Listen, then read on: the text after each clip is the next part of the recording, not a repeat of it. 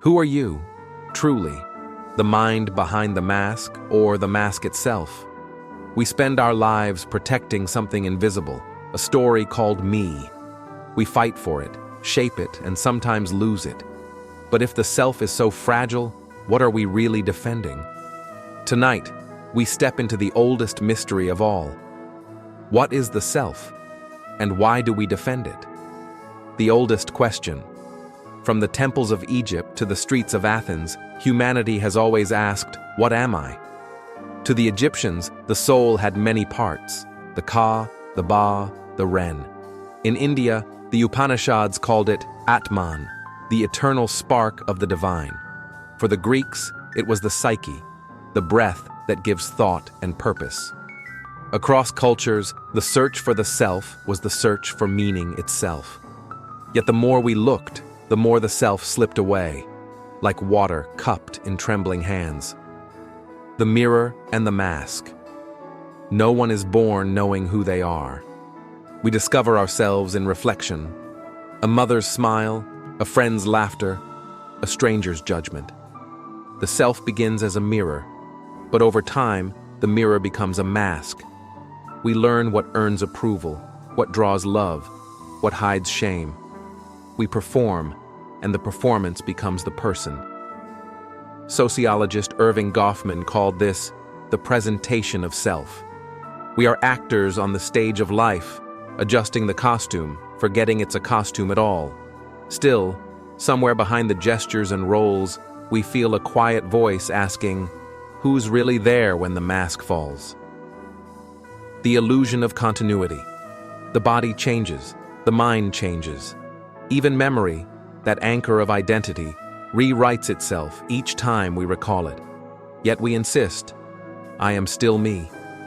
The philosopher David Hume saw no enduring self, only a stream of perceptions, like images flickering in a film reel. Modern neuroscience agrees, there's no single self-center in the brain, only networks firing in fragile coordination. So if the self is an illusion, why does it feel so solid? Because illusion, when constant enough, becomes comfort. Without a story of continuity, we would not know where to stand. The instinct to defend. We defend the self because it is our survival boundary. To the earliest humans, knowing what was me meant knowing what could kill me. The sense of self was armor, a way to navigate danger and desire. From that instinct grew entire civilizations. Tribes became nations, beliefs became banners, each saying the same thing. This is who we are, and who we are not. Identity, at its root, is defense against chaos, loneliness, and death itself. When someone challenges our beliefs, it feels like an attack not on our ideas, but on our existence. We don't just protect the self, we worship it. The civil war within, but inside every self lies division. Freud called it id, ego, and superego, desire, mediator, conscience. Jung called it the shadow, the parts of us we hide even from ourselves. Each day, these voices argue, reconcile, and rebel. We are not one person, but many, stitched together by habit and hope. Carl Jung warned, until you make the unconscious conscious, it will direct your life and you will call it fate. The path to wholeness begins with honesty, the courage to see the self as multiple, changing, and incomplete. The digital reflection. Today, the mirror has multiplied. Every screen is a stage, every profile, a persona.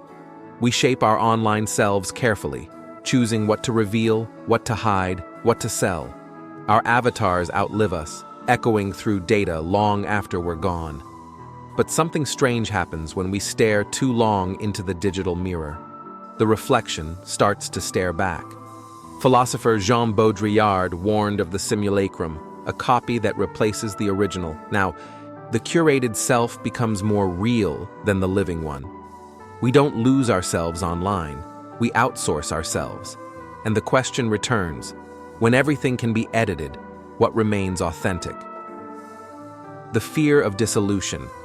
We cling to identity because we fear its absence. To lose the self through failure, shame, or death feels like erasure. So we build walls of certainty. We say, I am this, not that. We define ourselves by belief, tribe, gender, nation, anything that makes the unknown smaller. But every wall hides a truth. The self is impermanent.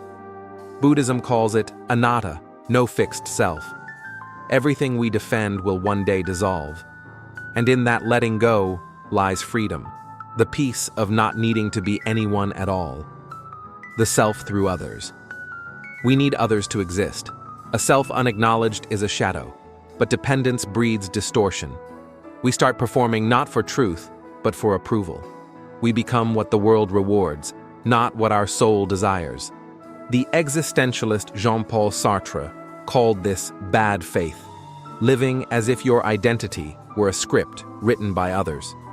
To live authentically, he said, is to create yourself in every moment, despite fear, despite judgment. Freedom is terrifying because it leaves no excuses, but without it, the self becomes a costume worn for applause. The story that holds us. The self is not a substance, it's a story. Each memory, each scar, each dream adds a chapter. Psychologists call this the narrative identity. We are authors of continuity, weaving chaos into coherence.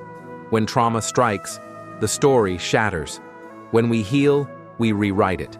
And every act of creation, art, faith, forgiveness, is an attempt to tell that story anew.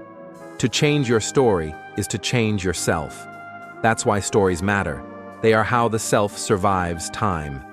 The fragility of identity. In a globalized world, identities collide. Cultures mix, beliefs blur, and belonging feels unstable. When certainty fades, people retreat into extremes: nationalism, ideology, purity. What we call polarization is often just insecurity wearing armor. Philosopher Charles Taylor said, "Identity depends on recognition. We need to be seen, but when recognition is scarce, we grasp for it violently. And so the struggle for identity becomes political, because when people feel unseen, they will burn the world just to feel visible again." The paradox of authenticity. Be yourself, they say, as if the self were a single discoverable truth. But authenticity is not discovery, it's invention. It means living honestly with your own contradictions. The philosopher Kierkegaard called it becoming a self before God, a lifelong act of becoming, not a fixed identity. To be authentic is not to resist change, but to guide it. It means standing firm without becoming stone. It's the art of growing without losing your core. The truest self is not found, it's forged. The self in Disappearance. Sometimes, we glimpse life beyond the self, moments when identity melts into something larger. A musician lost in melody, a lover lost in touch, a pilgrim lost in prayer. Psychologists call it flow. Mystics call it union. In both, the self dissolves, and something infinite rushes in. Maybe this is the truth we fear, that what we call self is only a doorway, not the destination. The age of fragmentation. We live in a time when identity is both weapon and wound. It defines us, divides us, sells to us. But beneath the noise, the deeper question remains unanswered. Are we the authors of ourselves or the products of our systems? We inherit language, culture, algorithms, and call them choice. But every act of awareness is rebellion against automation. To pause, to question, to see the script is the beginning of freedom. Perhaps this identity crisis is not collapse, but evolution, a chance to become conscious of who we are before the next illusion forms. The stillness beneath.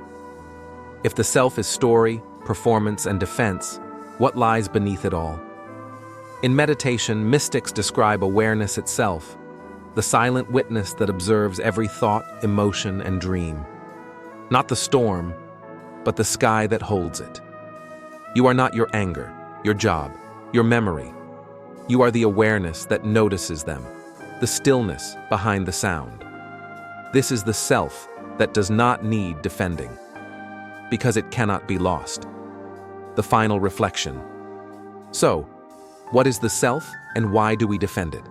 The self is the story that time tells through us. It is fragile, fleeting, and necessary. Without it, we cannot love, create, or remember. We defend it because it gives shape to existence. Yet wisdom begins when we learn to hold that shape lightly. We are not the mask, but the maker of it. Not the story, but the storyteller. Not the reflection, but the light behind it. One day, the voices will fade, the names forgotten, the masks broken, and what will remain, silent, vast, and aware, is the self that was never separate at all. Join us on a journey through the ages, where every question becomes an opportunity to discover.